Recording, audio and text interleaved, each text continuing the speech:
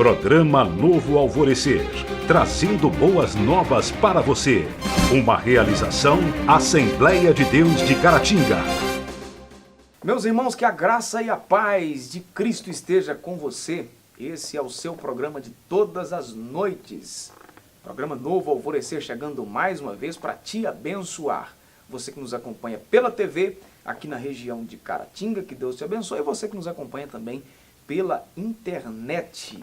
Nós postamos o nosso programa específico com o conteúdo da lição de Escola Bíblica Dominical no meu canal pessoal do YouTube. Obrigado você que sempre tem acessado aí e prestigiado a nossa programação. Nós vamos a um intervalo rapidinho e a gente vai voltar aqui dentro de alguns segundos para a gente iniciarmos aí o nosso bate-papo sobre o assunto de hoje. Não saia daí.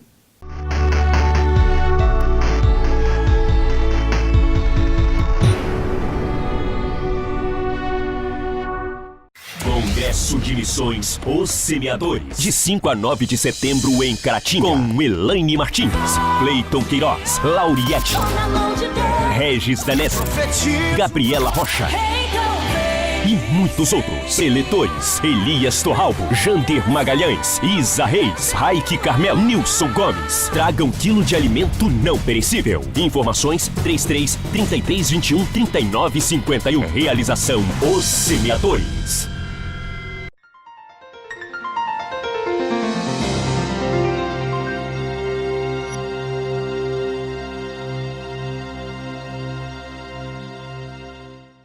De volta com o programa Novo Alvorecer. Comigo aqui no estúdio Joás. Deus te abençoe, Joás. Bem-vindo mais uma vez. A lição de hoje é a lição de número 11, chegando ao final do trimestre aí, né, que nós estaremos estudando neste próximo domingo, dia 9 de setembro de 2018. O tema é: a lâmpada arderá continuamente. Foi separado o texto áudio da nossa lição, João capítulo 8, versículo 12. Falou-lhes, pois, Jesus outra vez, dizendo: eu sou a luz do mundo, quem me segue não andará em trevas, mas terá a luz da vida. A verdade prática, o resumo do nosso assunto em uma única frase, diz que tal como as lâmpadas do tabernáculo brilhavam continuamente, assim devemos nós resplandecer neste mundo de apostasias, iniquidades e trevas. Texto bíblico da nossa leitura, que é o texto específico que nós estaremos trabalhando, é Levítico capítulo 24, do versículo 1 até o versículo 4. Ok? Vamos lá então, Joás, nós vamos falar a respeito aí desse importante utensílio, né, do tabernáculo, que era o candelabro de ouro, né, que era o objeto de maior destaque no interior do templo, ou do tabernáculo, melhor dizendo, por ser todo de ouro e pela luz que emitia. Então, se destacava aí por essas duas coisas, né, por ser todo de ouro, ou seja, uma obra de arte aí, né, espetacular, e a luz que ele emitia. Se levarmos em conta a sua simbologia, concluiremos então que ele representava o testemunho e o serviço do ministério levítico. O seu brilho singular e constante indicava que todas as obrigações sacerdotais e congregacionais estavam sendo rigorosamente cumpridas de acordo com a orientação de Deus. Um candelabro, como você disse aí, né, bem esplêndido até, né? Uhum. Você imaginar 30 quilos de ouro puro, né? Puríssimo. 30 a 40 quilos, né? A estimativa, né? E assim, uma luz que não podia apagar nunca, né? O sacerdote tinha que ter o cuidado de manter aquilo aceso, né? Aquela luz não podia se extinguir, né? Tinha que ter o cuidado de manter a luz acesa. Isso fala para nós alguma coisa, né? Muito interessante, né? Principalmente nos tempos que a gente vive, né? Manter a chama acesa, manter a luz acesa, né? Manter esse evangelho vivo, né? A boa nova viva com nossas atitudes é um desafio tanto. E refletindo, né? A luz, né? Refletir sempre, né, a luz de Cristo, né? É um desafio tanto, né? E muito pertinente para nós, né? Estudar esse...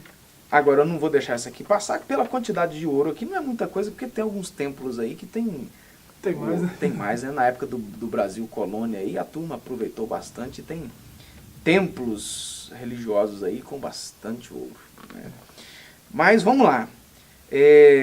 Sobre a fabricação, segundo a determinação divina, as pessoas que fizeram, né, os artistas então que fizeram o candelabro de ouro puro e batido, está em Êxodo capítulo 25, versículo 31, a mobília foi de tal forma trabalhada que formava uma só peça, como o seu pedestal, haste e está apagado aqui a leitura aqui, cálices, não é? Maçanetas e flores. Aí ele vai colocar aqui a quantidade de ouro, que era aproximadamente, você já disse, aí, entre 30 a 40 quilos. Interessante quando Deus chama esses moços aí, né, Bezalel, né, e dá capacidade artística para eles, né? Parece que o nosso culto hoje... Bezalel e Aholiabe, né? Isso, Bezalel e Aholiabe. Parece que os nossos cultos hoje têm menos arte do que antigamente, né? E assim, é um assunto complexo, né, para entrar nele, mas você vê que a arte deles vinha do próprio Deus, né? Ele colocou o Espírito Santo em Bezalel, né? Lá nessa época, pensa bem, né? Colocou o Espírito Santo nele e esse Espírito Santo nele capacitou ele para fazer toda aquela arte. Agora você vê, interessante aqui, porque quem conhece um pouquinho de história, né, do período aqui, sabe que, por exemplo, o manuseio de ferro, né, por parte do povo de Israel veio bem depois. Não tinha essa capacidade. Não é? A arte de trabalhar com ferro foi muito tempo depois. Não é? Mas aqui, nesse contexto aqui, já trabalharam com ouro. Você vê. Não é? Por causa da capacitação, né, do Espírito Santo. Ele não faria as artes que ele fez, né, na construção do tabernáculo, toda a obra de arte que estava no tabernáculo foi das mãos desses moços aí. É claro que houve uma ação do Espírito. Capacitados pelo Espírito. Sim, é claro que houve aqui uma ação do Espírito para fazer com essa perfeição toda, mas você vê que um tempo antes eles já trabalhavam com ouro lá, porque, né, fizeram um bezerro de ouro lá e tudo mais. Tinha uma forma lá do Egito que não é? Saiu um bezerro. Exatamente. Né? Julgou, como o Arão falou que julgou o ouro lá e apareceu o bezerro. Conversa, né? A desculpa dele foi essa. Tinha uma forma, lógico. Né? Não é lógico que tinha. Mas você vê que já não tinha essa condição para esse trabalho. Interessante. Interessante. Sobre a luz do candelabro, o azeite para as lâmpadas foi trazido voluntário e generosamente pela congregação de Israel, conforme se lê em Êxodo capítulo 25, versículo 6. Você que está em casa pode conferir aí a referência bíblica, Êxodo 25, versículo 6. E aí, tendo em vista o significado do candelabro para o culto sagrado, o azeite teria de ser puro e batido. O moído era de qualidade inferior. Sem essas qualidades, o tabernáculo do Senhor ficaria na penumbra, ou seja, na escuridão, né? É uma fabricação específica, né? Muito especial, não era qualquer azeite, né? Tinha que ser muito bem preparado, puro, né? Batido para não passar impureza nenhuma. O moído, você jogava azeitona lá e do jeito que vinha, né? Quando moía, passava as impurezas junto, né? O batido não, batia azeitona pura, né? E saía esse azeite mais puro aí, né? Esse azeite, esse primeiro que saía aí, o mais puro, era o que era usado nessa luz da menorá, né? Do candelabro. Aí então, ou seja, dessa maneira, o tabernáculo era iluminado, né? Senão, você vê, tem que ter a luz, e a conservação da luz é tarefa do levita. Né? Ele tem um trabalho a fazer, né? Manter a luz acesa dá trabalho. Né? Não é... O serviço que ele deveria prestar, né? A luz é de Deus, né? Mas dá um trabalho. Eu tenho algo a fazer para manter essa luz acesa. Né? Que existem algumas correntes que vão contrário disso, né? Mas se a gente trouxer essa aplicação para nós, né? Santidade dá trabalho. Né? Refletir a glória de Deus dá trabalho, exige empenho da minha parte. Não é, eu recebi o Espírito Santo, eu continuo vivendo do jeito que eu sempre vivi, tá beleza, e Deus vai brilhar em mim de qualquer jeito que eu andar. Não, eu tenho que ter uma postura minha, uma renúncia de alguma coisa, né, uma mudança de alguma situação. Né, existe um esforço meu no refletir essa luz, no manter essa luz acesa. Uhum. Fazendo aqui uma aplicação assim bem rude, não é? Mas manteria aí o tabernáculo iluminado, e tem uma galera hoje que gosta do ambiente da igreja escuro. Mais dark, né? Caverna de Adulão, assim, mais... Parece que é meio na contramão, não? Parece que existe existe essa cultura dark hoje, né? E parece que isso tem entrado nos nossos cultos também, né? É uma coisa mais depressiva, mais, né? Se eu olhar para as nossas músicas, até as nossas músicas, a música da moçada hoje caminha para esse sentido, né? Mais depressivo, né? Mais para baixo, né? Mais...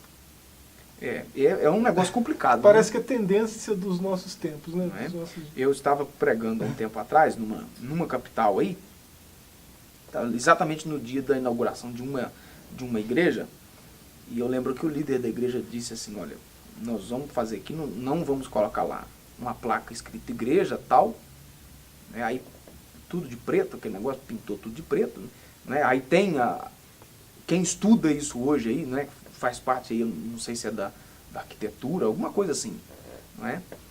Mas estuda esses ambientes aí, que é um ambiente mais escuro, é mais fácil para as pessoas prestarem atenção e tal, eu não estou aqui para discutir isso, não é? Até porque eu sou leigo no assunto, não é? Mas aí eu pego a parte pastoral, que aí sim, aí eu tenho como interferir, que aí o líder disse, olha, nós não vamos colocar aqui nenhuma característica de igreja, porque você coloca aqui uma característica de igreja, você afugenta as pessoas. Eu acho que é o contrário disso, né? Quem procura uma igreja é porque ele está a fim de encontrar lá o que ele não encontrou em lugar nenhum. Algo novo, algo significativo para interferir. Então você tem que ter essa característica, né? Aí eu não estou aqui para fazer essa né, bater martelo em nada aqui, mas aí fica um negócio complicado, né? Aquela penumbra toda, igual a caverna do Batman, né? é complexo. Para nós fecharmos aqui, o lugar onde ficava no tabernáculo. Entrava no lugar santo e ficava do lado esquerdo, né? Na parte sul do tabernáculo. Está aí a referência, né? Êxodo 26 e 35. Tá certo. E de lá era visto, né? Iluminava o ambiente todo, né? Daquele canto ali, iluminava o ambiente todo. Tem algumas passagens que mostram essa luz aí quase apagando, né? E você vê no texto, por exemplo, na chamada de Samuel, né? O texto vai dizer que aquela luz já quase se apagava, né? E você vê no contexto da história a negligência do sacerdote. Né? A luz está quase se apagando por negligência do sacerdote ali. Né? Tá certo. Vamos dar uma pausa aí, você de casa não sai daí, a gente vai no intervalo rapidinho mesmo, e a gente volta já.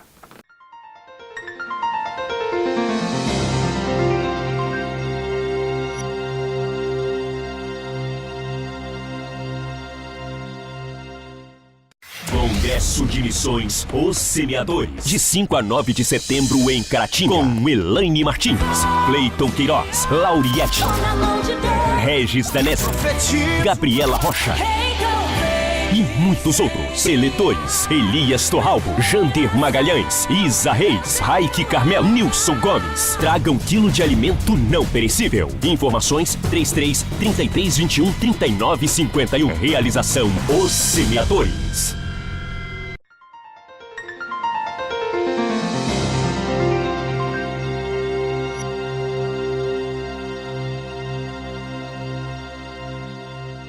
Continuando o programa Novo Alvorecer, agora para o segundo tópico da nossa lição, Jesus, a luz eterna e perfeita é o título. Nós vamos lá falar sobre Jesus como luz do mundo, a igreja também como luz do mundo e cada um de nós na nossa individualidade também como luz. Primeiro sobre Jesus, o texto de Apocalipse, capítulo 1 e versículo 12 e 13, nós lemos que Jesus anda livremente entre os candelabros. Na descrição, observamos que somente a luz do Cordeiro é capaz de levar os castiçais a refugirem. Ele é a luz do mundo, conforme se lê em João capítulo 8 e versículo 12. Aí nós temos a simbologia dos candelabros lá no Apocalipse, né, o Joás? Ele está no meio dos castiçais, né? 7 castiçais, né? E nesse sentido, ele é que é essa luz que a igreja reflete. Né? Ali os castiçais representando a igreja, né? 7 igrejas, né? Ele está no meio da igreja, a igreja está refletindo a luz que vem dele. Né? É só um reflexo. Ele que é a luz, né? Vai dizer aí em João 8,18. Ele dizendo, 12, eu sou a luz do mundo, né? Cita um capítulo 9 aí de Isaías, né, no verso 2. Tem uma passagem de Isaías no capítulo 42, no verso 6, né, que vai dizer que ele, o Messias, né, ele está falando do Messias no capítulo 42, vai dizer que ele é a luz para os gentios e a glória de Israel. Né? Ele é a glória de Israel e a luz para os gentios. Zacarias, quando segurou ele no templo, ele evocou esse texto de Isaías, né? Agora o Senhor pode despedir o seu servo em paz, porque os meus olhos viram a luz dos gentios, a glória de Israel, né? Or legoim, luz dos gentios, luz para os gentios, né? Nós só somos capazes de refletir essa luz porque Ele nos alcançou, né? Nós não éramos povo, fomos feitos povo, né? Nós não falamos, mas na introdução aí do primeiro ponto vai falar da importância do povo de Deus, né? Mas a gente vamos tocar para frente. Vamos lá. Aí também, como a igreja como a luz do mundo, aos discípulos ele disse aí, né? Eu gosto muito desse texto, né? Em Mateus capítulo 5, versículo 14, vós sois a luz do mundo. Enquanto ele estava no mundo, ele era de fato a luz do mundo, conforme pode ser lido aí em João capítulo 9 e o versículo 5. E aí o texto continua, mas após a sua ascensão ao céu, a missão de iluminar este século passou a ser nossa. Então quer dizer, eu sempre tenho dito aí, quando cito esse texto de Mateus 5, é que Jesus ele é sentido, né? Mas visto ele é através de nós. O escritor, no capítulo 5 de Efésios, ele vai dizer que a gente tem que andar nele, andar em Cristo, né? Colossenses tem um capítulo que vai nesse sentido também.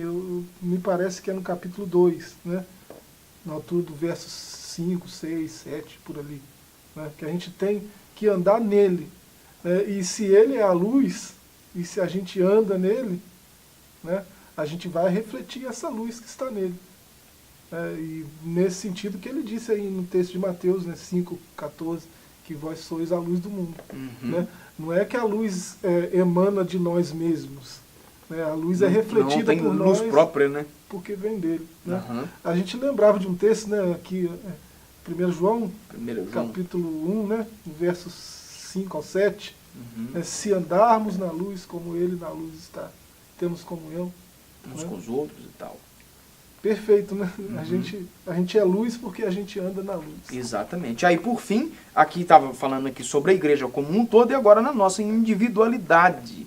Não é? Devemos também agir como luz do mundo. Na sua confissão, não é? Já à beira da morte, sendo apedrejado, a luz de Estevão, na sua individualidade, brilhou a ponto dos seus algozes virem o seu rosto brilhando como se fosse de um anjo. Atos 6:15. Já pensou que tremendo?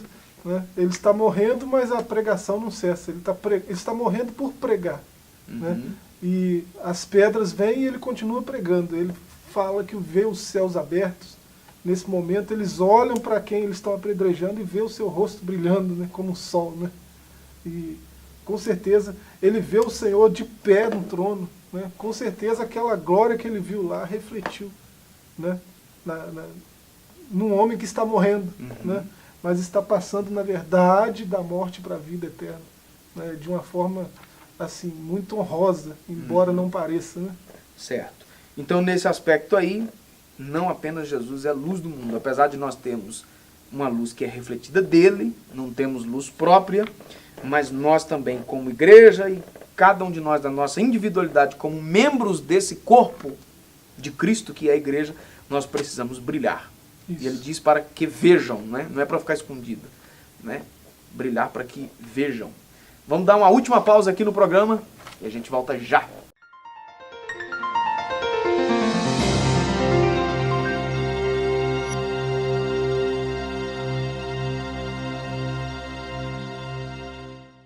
Congresso de Missões Os Semeadores, de 5 a 9 de setembro em Caratinga, com Elaine Martins, Cleiton Queiroz, Lauriette, Regis Danese, Gabriela Rocha e muitos outros. Preletores: Elias Torralbo, Jander Magalhães, Isa Reis, Raik Carmel, Nilson Gomes. Traga 1 quilo de alimento não perecível. Informações 33 33 21 39 51. Realização Os Semeadores.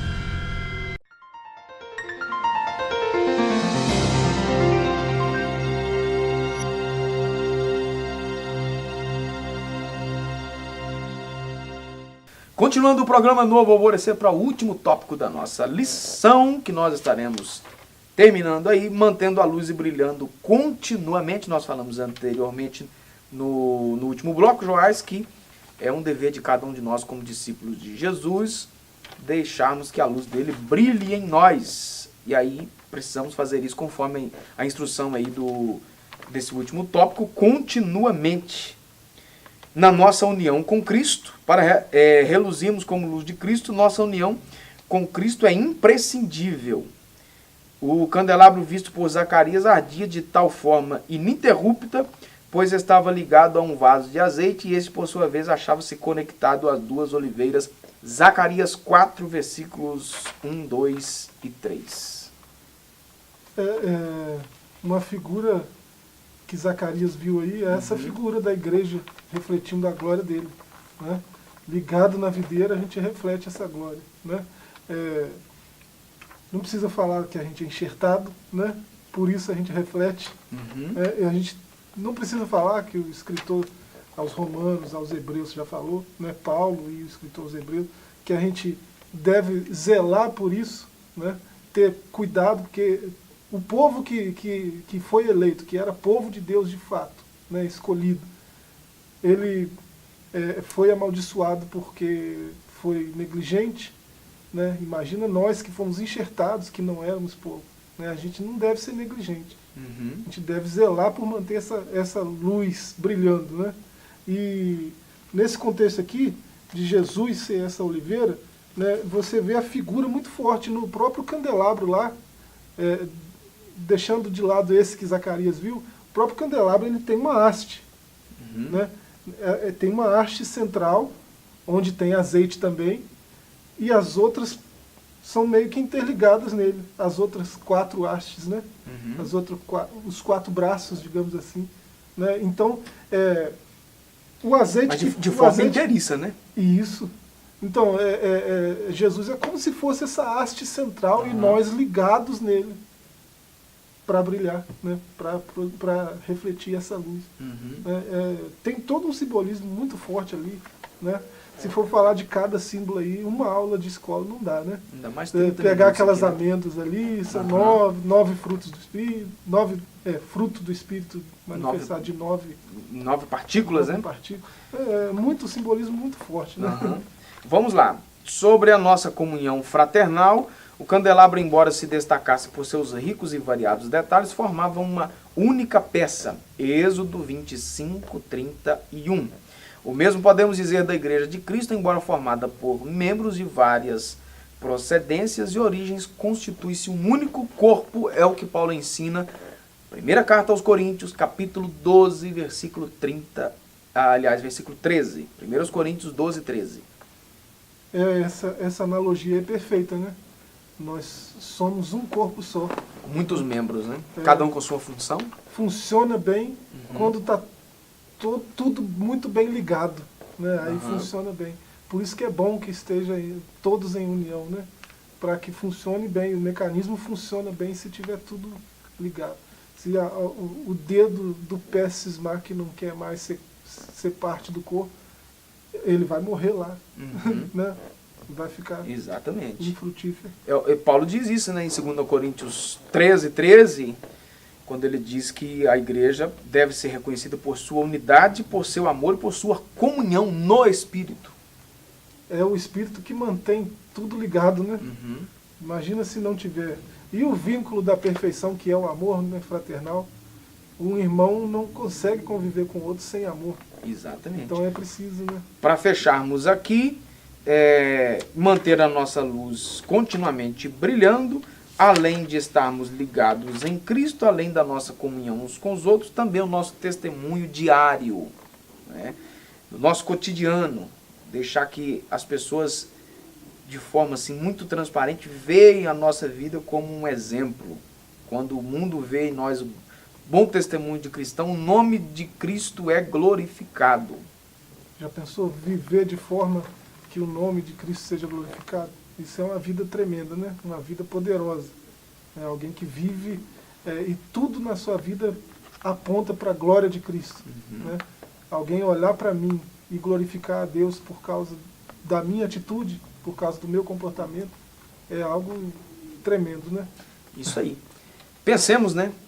Que o nome do Senhor precisa ser glorificado através da nossa vida, do nosso jeito de ser, os nossos tratos, os nossos negócios, enfim, toda a nossa... Ele nos ajuda, né? Que Ele nos ajude, nos guarde, né, nos dê da sua graça. Joás, obrigado, Deus te abençoe. Amém.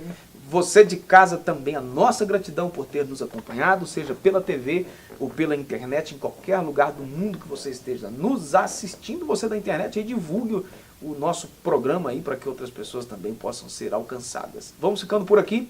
Graça e paz seja com você, hoje e sempre. Programa Novo Alvorecer, trazendo boas novas para você.